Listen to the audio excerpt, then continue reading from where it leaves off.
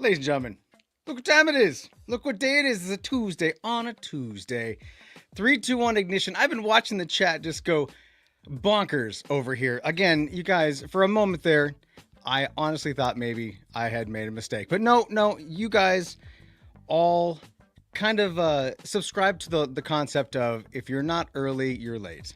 And so I appreciate that. Who we got in the chat? We got Terry's in there telling us about his play-by-play with getting his kids to bed. Allison's there. Jason's there.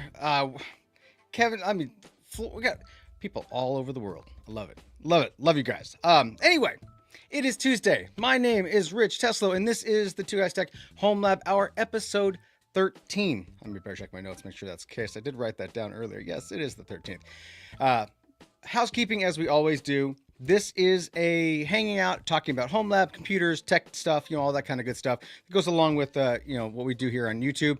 If you have any questions, Mitchell, thank you. If you have any questions, any thoughts, any opinions, throw them into the chat. We will get to them as they come in, or do our best. I'll do my best.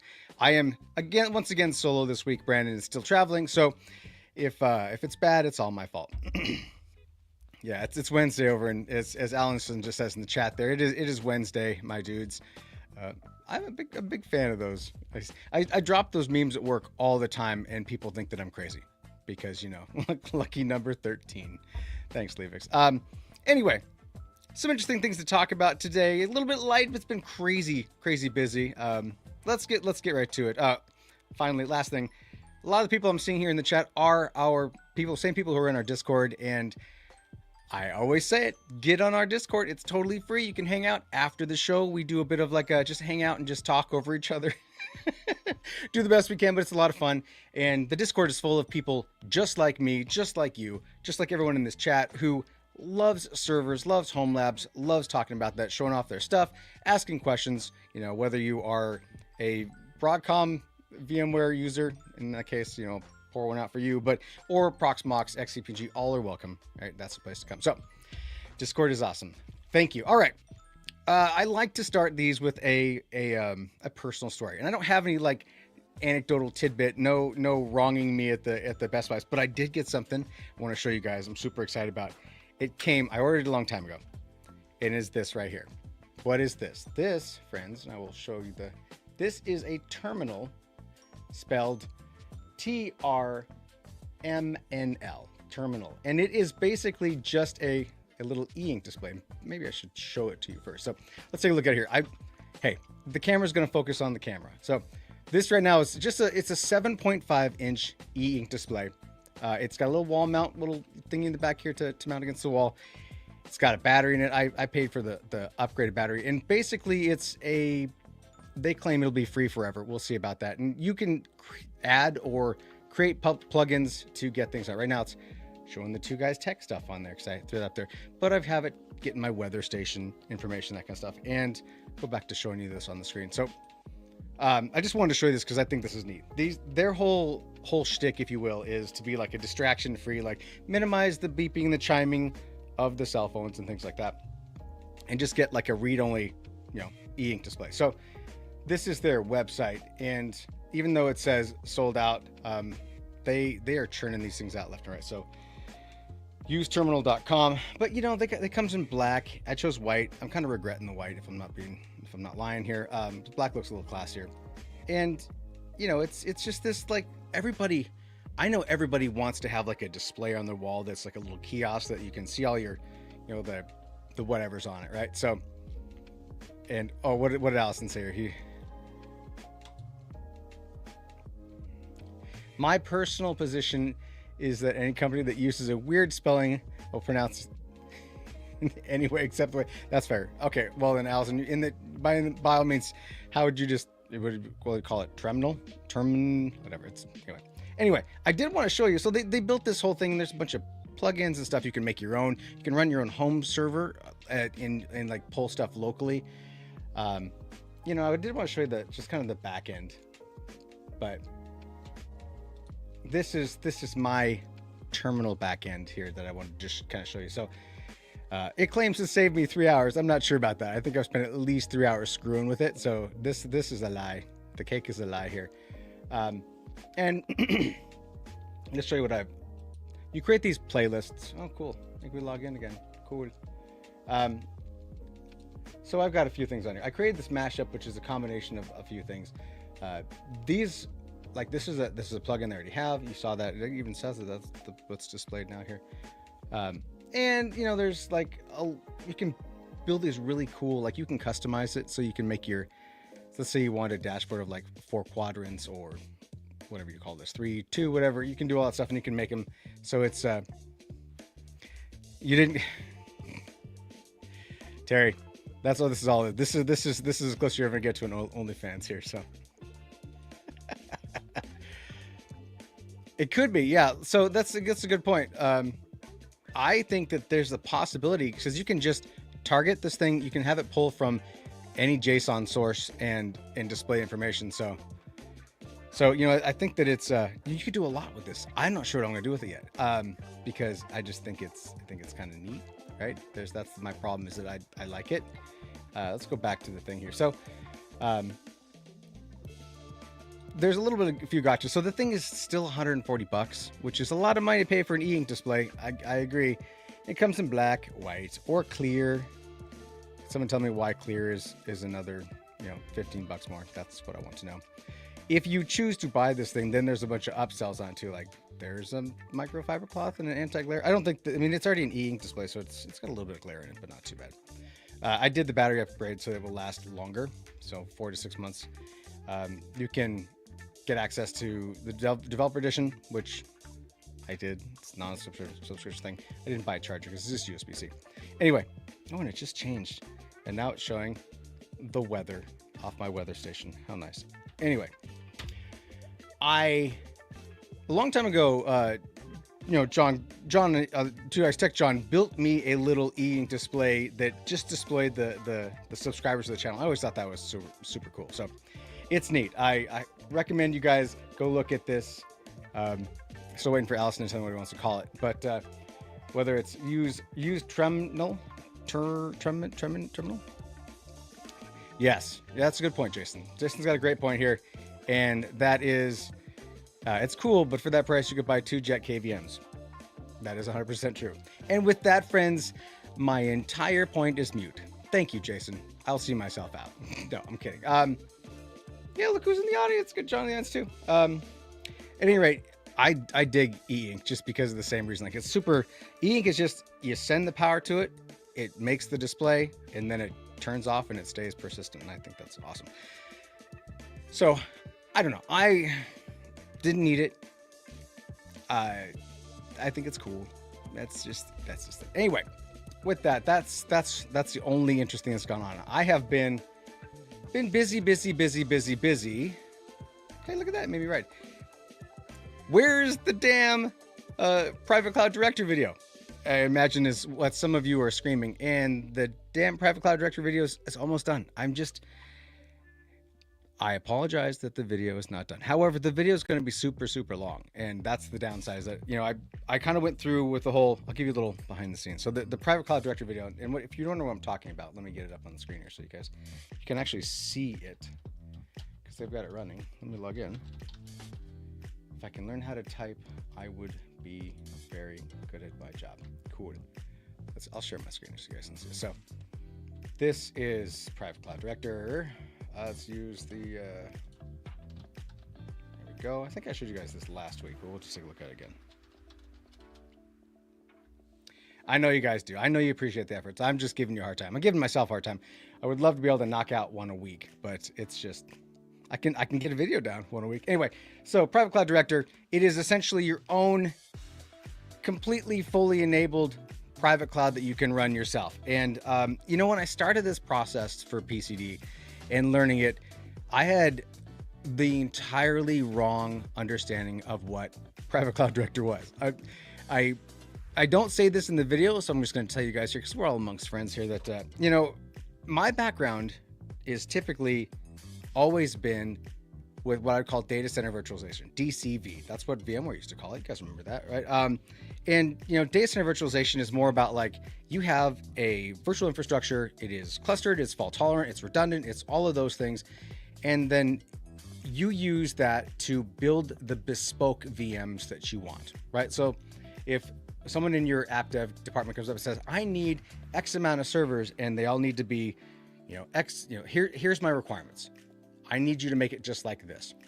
With traditional data center virtualization, whether it's VMware or Proxmox XCP&G or Nutanix or anybody like that, is you build a VM, you say, I want these CPUs, I want this RAM, I want this hard disk size, right? And I need this network connection, like 1 or 2, whatever you need. And then you press the go, Buto, and it builds a VM. You then attach an ISO, right? And then you boot up the VM, and when you do so, you run through the installation process for whatever you're installing, whether it's Linux, Windows, it doesn't matter, right? And that's typically how it's done. You build that VM by hand. That is something that you, as part of your infrastructure job, is you deploy VMs. You can create templates, right? Which is essentially a similar thing to what Private Cloud Director has, except they're images instead. And in that regard, like when you think about it, what you're doing there is you create a VM, you templatize it, and then you spin it off.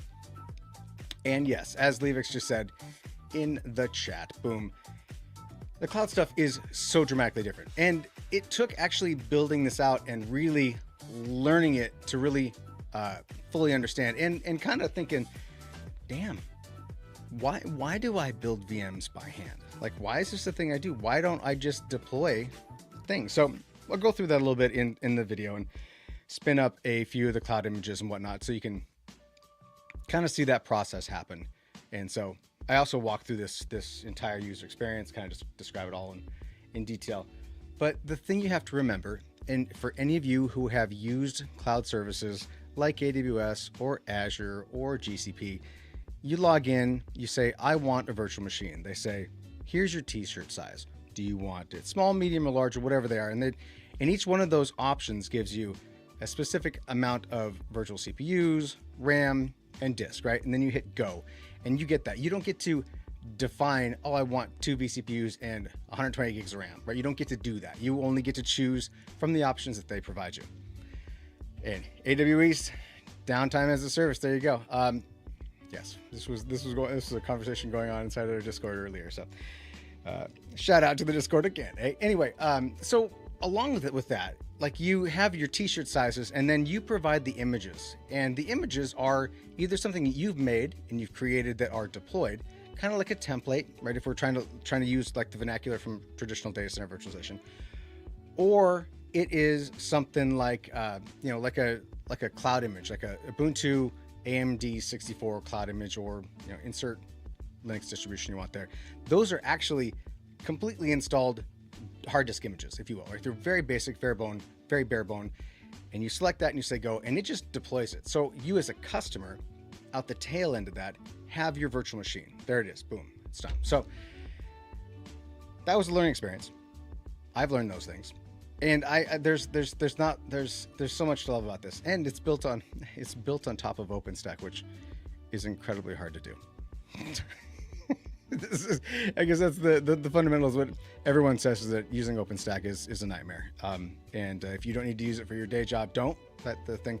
But Platform 9 has really basically created a way to make this happen. And on top of that, making that happen, it's free. They give this away for free. Yeah, exactly. OpenStack is a beast, 100%. So that's coming.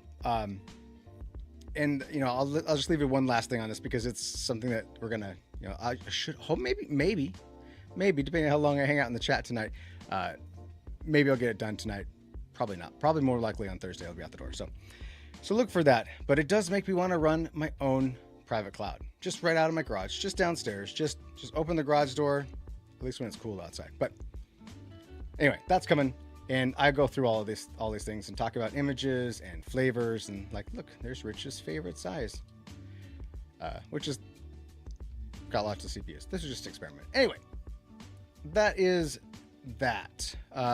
Next, what is in the pipeline after this? Well, guys, I would like to say that I have really positive things to say about what's in the pipeline.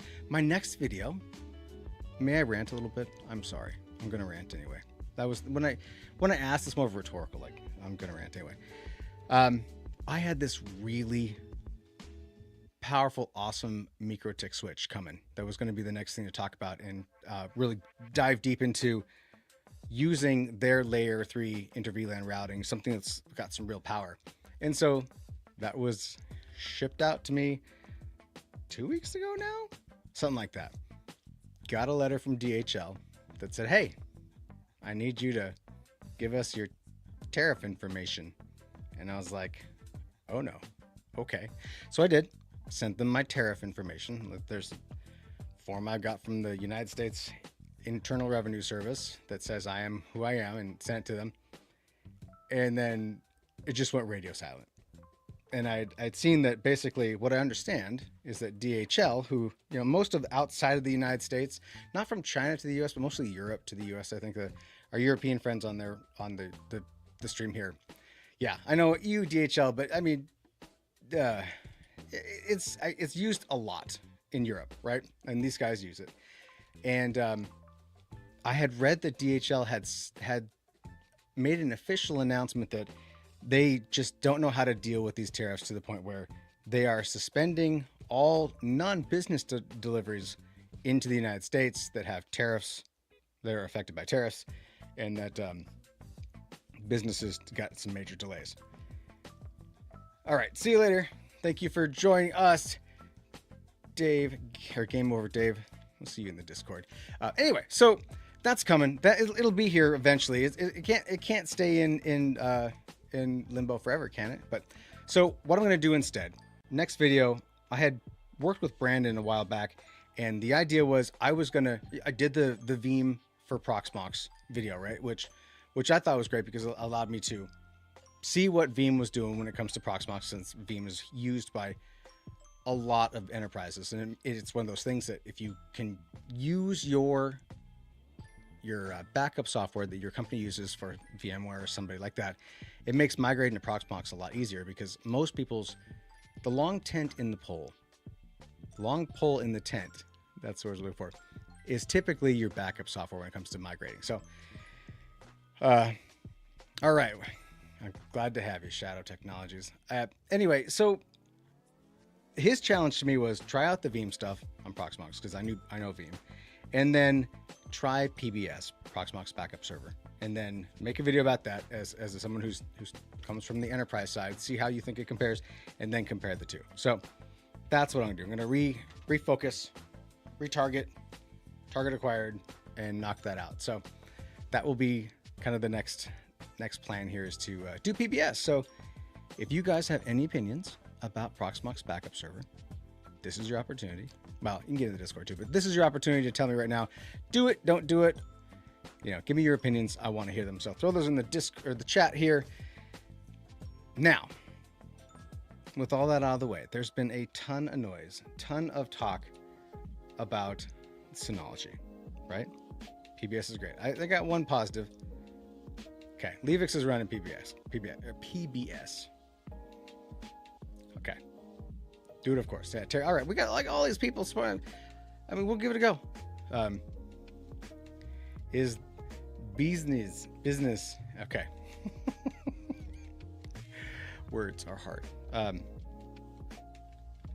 You got it. It's coming, guys. So there must be like literally a 10-second or 15-second delay. Anyway, let's talk about the big news. It was I caught up on this morning, and that was this guy, or this afternoon I caught up. So one of our gracious people in the Discord dropped a link to a post in the Synology subreddit from NAS Compares. And NAS Compares is he's a YouTuber who's been around a long time. He just obviously compares a lot of network attached storage systems, NASs, right? He makes good content. And I think he's out of the UK too. I'm not entirely sure. I think he is. But makes quality stuff, really knows his stuff, and has got a lot of good connections with it, with a lot of the NAS makers, right? And he made this post where he basically pinged Synology and said, hey, is all this news about like you locking the next generation of Synologies to basically an HCL list real? And if so, what's your statement? So I want to read what Synology sent back to him. This is their public statement to him, and this is above board. He's the kind of dude that, from watching his videos, he's not going to do the whole salacious like expose dump. This is what they sent him. So I'm going to read it to you because I want to have it was me. That's right. It was Aragorn Strider right there. I'm not going to make sure that credit where credit's due. That guy right there in our Discord started the conversation, and, you know, led us to this point. So thank you. And sorry. Anyway, I'll read to you what this says here, because it's probably a little, I wish I could dump the links into this. So here we go. So he asked Synology to explain, request information and justify their policy changes. And what Synology came back with was this, quote, Synology Storage Systems has been transitioning to a more appliance-like business model, starting with the 25 series, which 25 is the year 2025, which is the models that are coming out right now. DSM will implement a new hard disk drive compatibility policy in accordance with the published product compatibility list. Only listed hard drives are supported for new system installations, meaning you can only use blessed hard drives in new installations of Synology NASs. This policy is not retroactive and will not affect existing systems and new installations of already released models. So this is not something they're going to apply to the 24 or the 23 or the 22 models or older. Drive migrations from older systems are supported with certain limitations. So you buy an upgraded NAS, you can bring your whole thing. Okay. Further on, they go to say, as of April 2025, the list will consist of Synology drives. So, blessed compatibility drives, but only Synology blessed compatibility drives, or compatible drives. Excuse me, I said that wrong. Only Synology drives are blessed drives.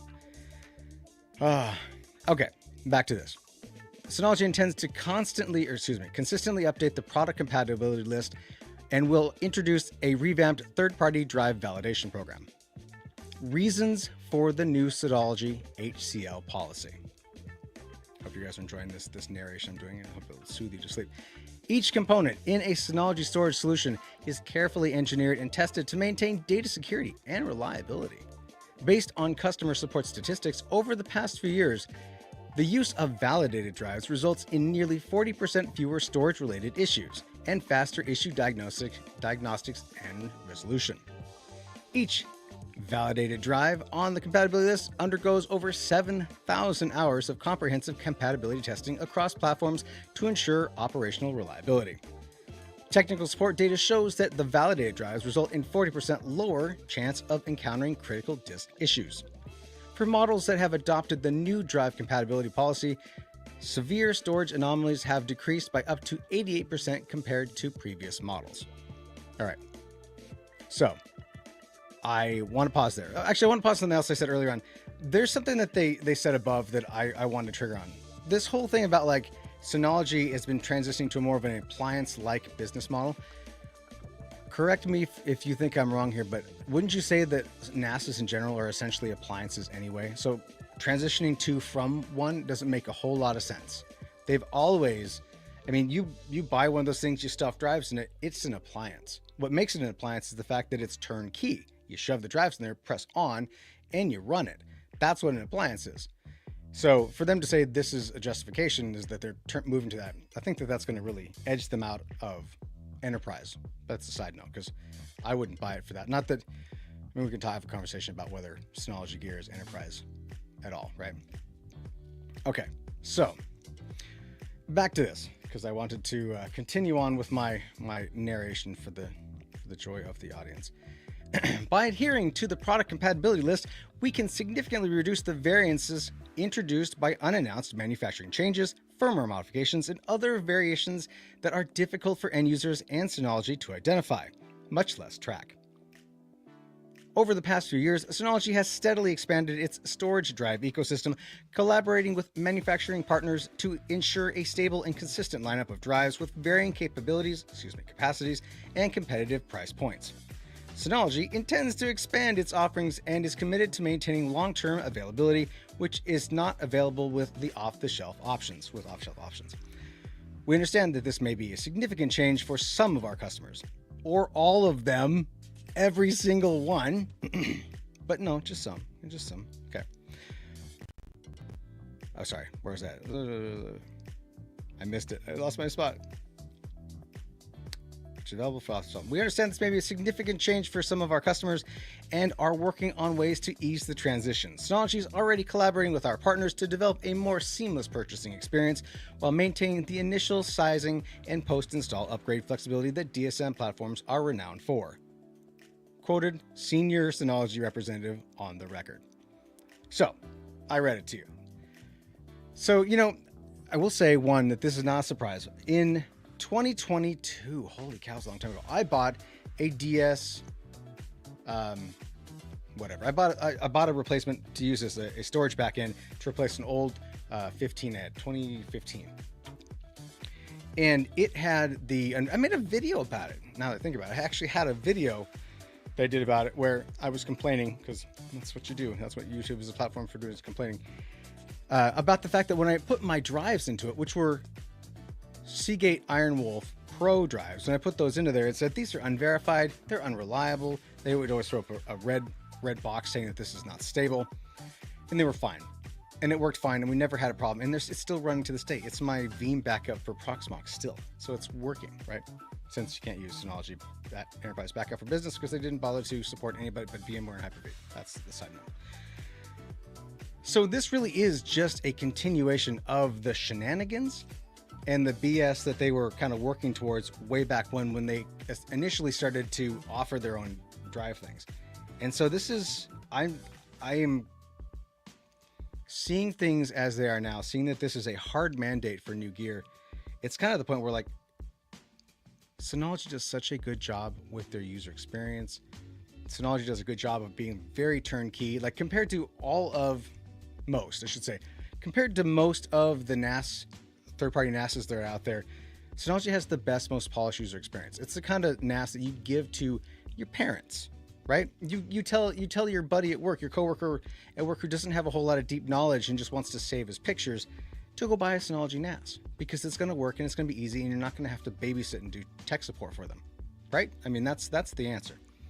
So to see this happen is incredibly disheartening, because what it basically does is it puts you in a situation where if you recommend this to somebody, and Synology NAS is, as I'm sure everyone would agree already in this audience, Synology NAS hardware is already incredibly expensive, right? Overall, it is just incredibly expensive in terms of what you get for the box. It's not just, they're very purpose built. They're lower power than you would say get from like TerraMaster or Ugreen. In fact, I was looking at the comparisons, and let's actually pull that up while we're talking here just to see if, I don't know if Synology has announced the 25s.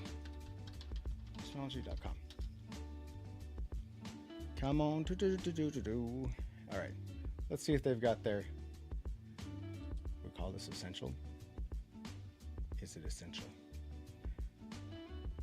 Okay, that's definitely not it. I just want the pluses. The DS, not the value. Okay, we're in the wrong section. Thank you, Synology. So maybe just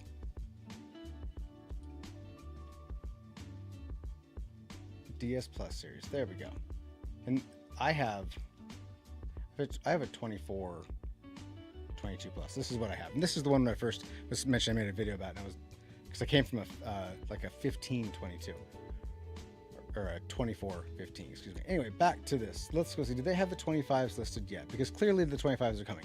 25s are not listed yet. So they're not out, but they're already laying the groundwork for this. But back to this, like, you look at the power in some of these DS923 Plus. So we reviewed this unit a long time ago. They sent it to us, right? You look at it's got 923. So this has got a Ryzen R1600 in it, right? So 2 cores. Okay, and we compare that to, say, what is the Ugreen? What's the Ugreen got here? So let's look at the DX 4800 Plus. Okay, Ugreen will sell it to us right now. Just get on their website. You can buy it straight from them. I will answer this question right now.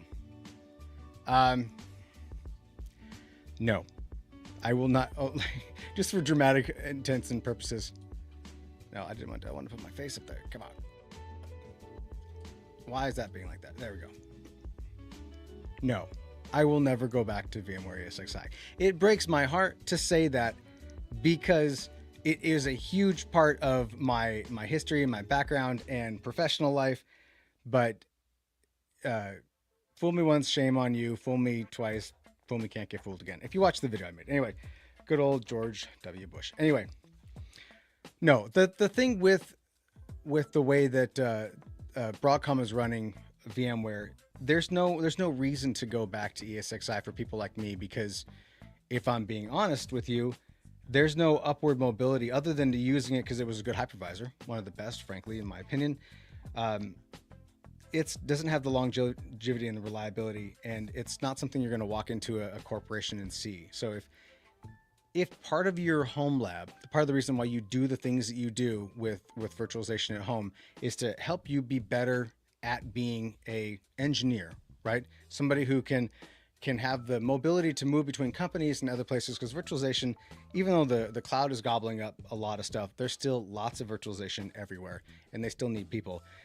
Your likelihood of finding VMware in there, especially in medium, let's say small to medium enterprises, is going to be very low. So it's just not worth it.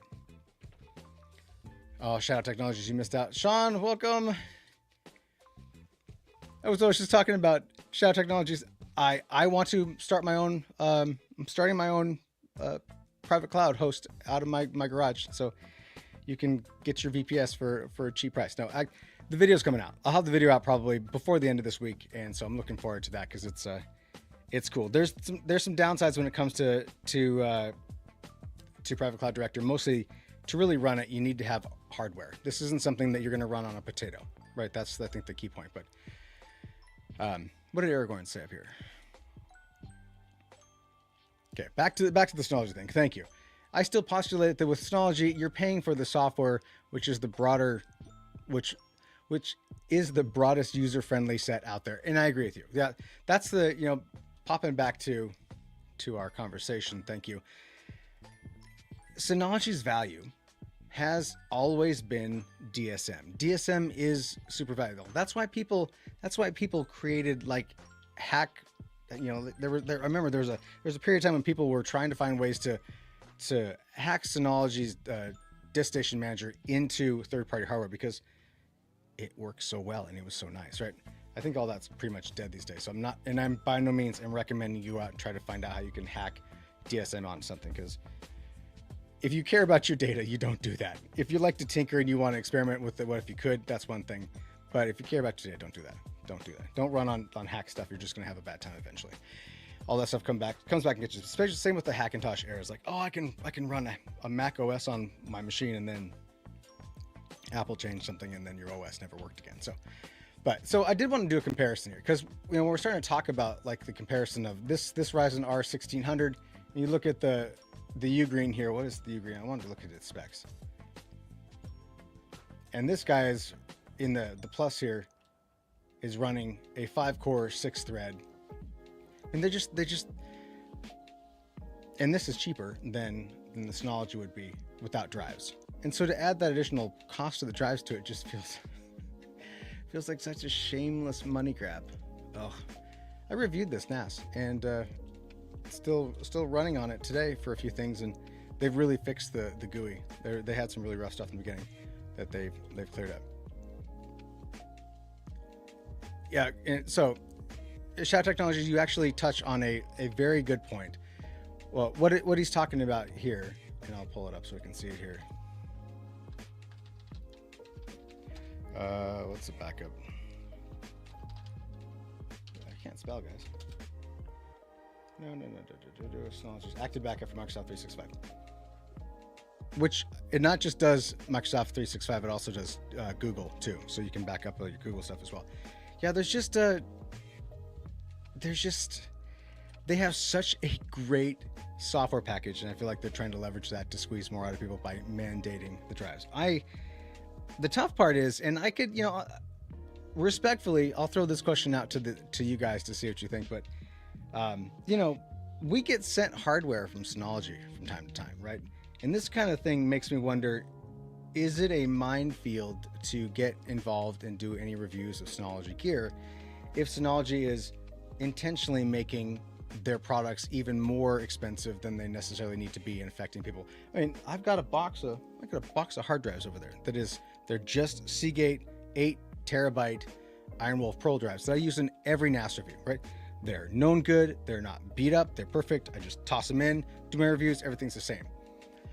Yeah, I think you're right, Levix. That's basically the it's just a debate, right? Because at this point, it's harming the community. Oh, by the way, what does the Synology?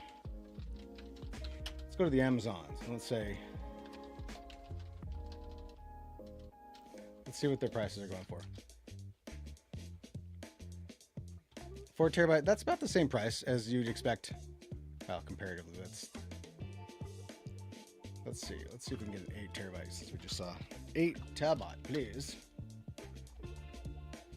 $209 compared to, I mean, there's a cost plus with this, right? You got $180 versus $210. So what is that? That's a $30 difference. Is that something that's worth it to you? So, you know, if you get something like that, then we're talking about like let's say this was the DS 925 Plus, right? Because I'm sure that's what it's going to be under. You add 4 drives there, and what's that? That's another $120 on top of just additional cost you wouldn't had to have paid 3 times 4, you know, for additional drives that match this versus just filling it up with these. So, oof. And there's Red Plus drives down there. The Red Plus drives are cheaper too, just by a little bit. They're all basically these two. You know, Western Digital and Seagate are always compete. But look at this. You look at this drive here. Let's just watch this. Okay, I want you guys to look at this drive, just as it is. See where the label is, how the label looks, and these little shiny points at the ends here. These 2 holes. I'm gonna scroll down here. That's weird. That looks like the same. That looks like the same drive manufacturer. Could it possibly be that this is just a rebranded Western Digital drive? No. So not only are you paying more for it, but they're cheaper. I don't know. Guys, it just sucks. I'm just saying. I'm just a little heartbroken about it. Let me catch up with the chat here. Holy cow, the chat took off here. In case you want to know, this just updated to show me what the cycles of the moon. I don't know if I really need to know the cycles of the moon, but it's cool. Yeah.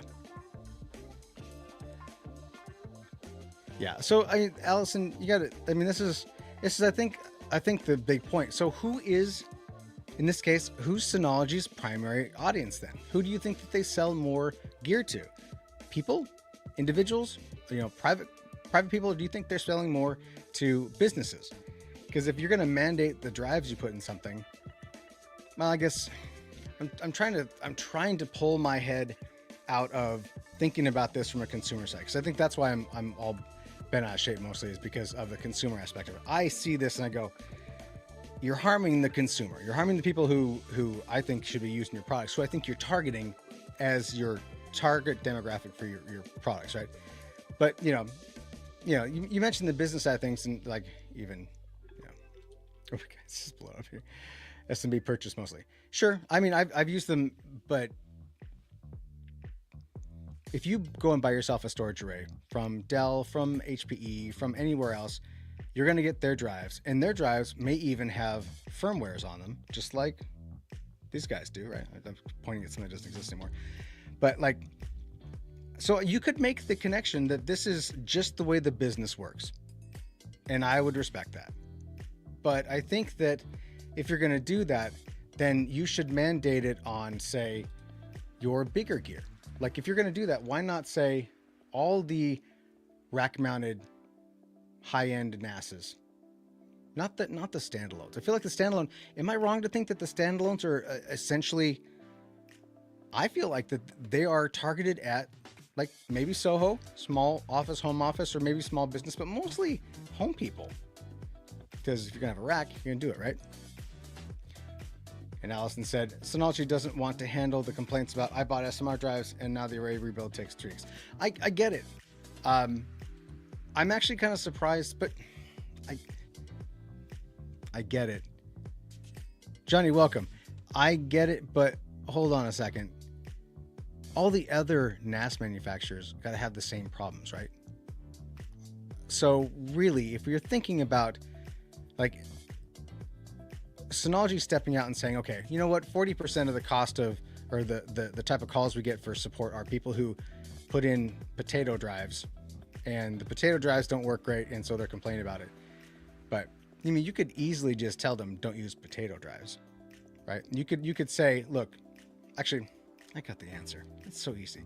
Just put a giant sticker on the front of it that when they open the box and they like pull out their pretty new DS 29 or 1925 plus or whatever it is, and you look at it and there's a big sticker that says, "We recommend you don't use potato drives because if you use the potato drives and you call us, we're going to tell you to go fish."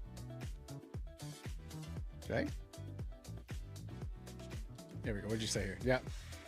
Your true NAS array is 10 wide of used enterprise SAS drives, 4 terabytes, $40 bargain. Exact. Well, yeah. I mean, the downside is obviously you have to have the interface in the back end to handle SAS drives. But yeah, the cost of let's say second tier or whatever you want to call it, those drives. That I mean, that's super cheap. That's my entire system downstairs is full of those drives as well, and they are cheap and they're good. And they work fine. But I couldn't use them in my Synology. And they're arguably better drives than the Seagate Iron Wolf Pro stuff on there now. Anyway, I think I complained enough about that. It's just one of those things that just, you know, as I see this happening, I just feel like the last thing we need as customers, as consumers, is less freedom of choice. Don't take our freedom of choice. That's not cool. So, and knowing that, you know, any reviews I do, I'm going to have to spend the first part of the video talking about, like as Levick said, talking about telling people, hey, by the way, this is a hot button topic, and you know, so if you want to do it, great. If don't, then that's kind of a bummer. But time changes. But you know, speaking of that, I was looking at like the nice thing about the whole Synology thing as it stands right now. 5-minute display each time. I'm just gonna record it, Levers. I'm just gonna record that, and you know, I'll have a different shirt on. I don't care anything about video continuity because that's the thing, right? If you guys watched me every time I was on camera, I was on a different shirt. Maybe my hat was like crooked or something like that. You'd be like, "What's wrong with that guy?" I'll just make a really off the wall generic thing that I just shove in front of every Synology video. It's like, by the way, you know, people are gonna be mad about this, but. No, the last NAS we looked at was the F4 424 Max, right? It's expensive too, but like these guys don't care what you shove into it. Put whatever you want into it, and it's got an i4 or an i5 with tons of performance. So you're getting more from others, and I wonder if there's a breaking point for Synology, but we'll have to see. Clip it in for every. Yep, exactly right. What Sean say? You're not making excuses for Synology. This topic is really opened the door for Ugreen in my home. Yeah, and Sean, if you're thinking about, I was just talking about it a little ago. Like, we looked at this drive, or this NAS, the GXP 4800 Plus, and from end to end, the quality of its build, it's got an aluminum, like the whole entire enclosure is aluminum. The entire interface, the whole thing was just built incredibly well, right? And these guys are trying to really take over the market. And so if you're looking for a NAS and you want to just, or you have drives already, that's the other thing. If you have drives already, so look at that. So, you know, 2.5, 10 gigabit on the back of this thing.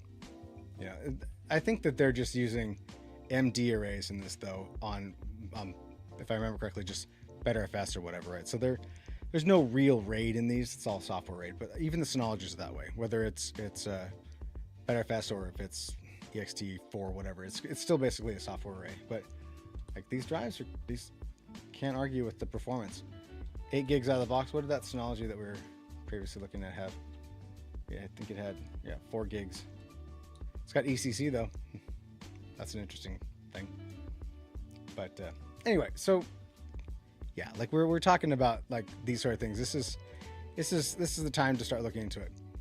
The breaking point for Synology is when one other NAS company comes anywhere close to GSM like experience. Yeah, you're right. That would be the breaking point. The time that Ugreen gets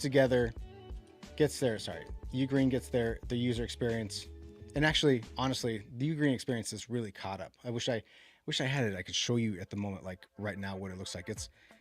They've been through multiple updates in the OS for the Ugreen stuff, and it looks good. It looks really good.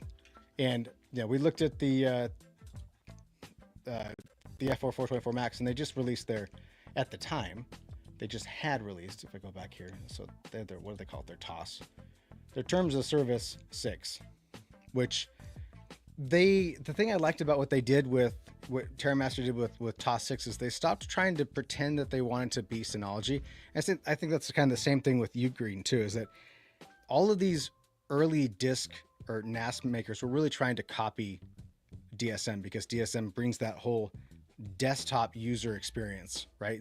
You've got your virtual desktop, you click on the start button and you get all your stuff. And TOS 6 was more of a breakaway from that, where they're just doing their own thing now. And when you do that, things are a lot better. They're a lot better.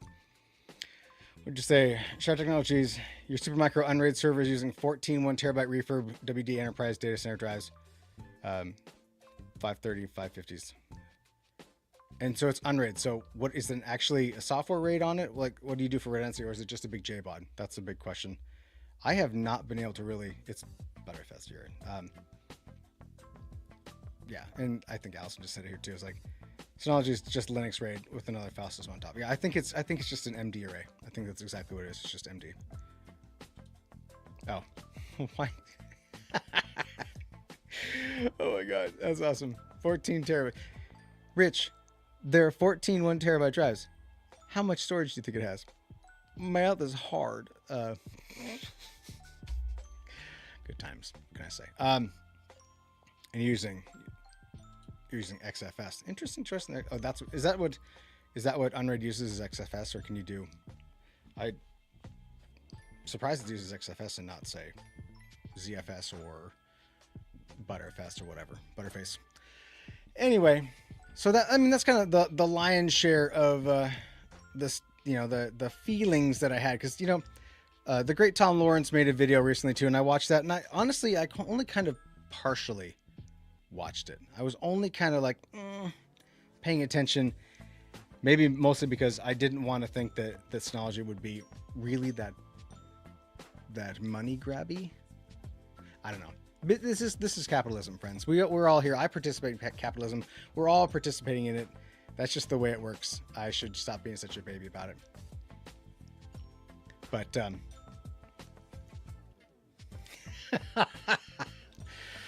oh yeah, right there.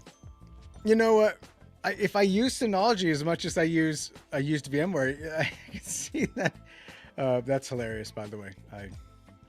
Hats off to you, Sean. That's good. That was solid. But yeah. With that though, guys, I think that's all I've got for you today.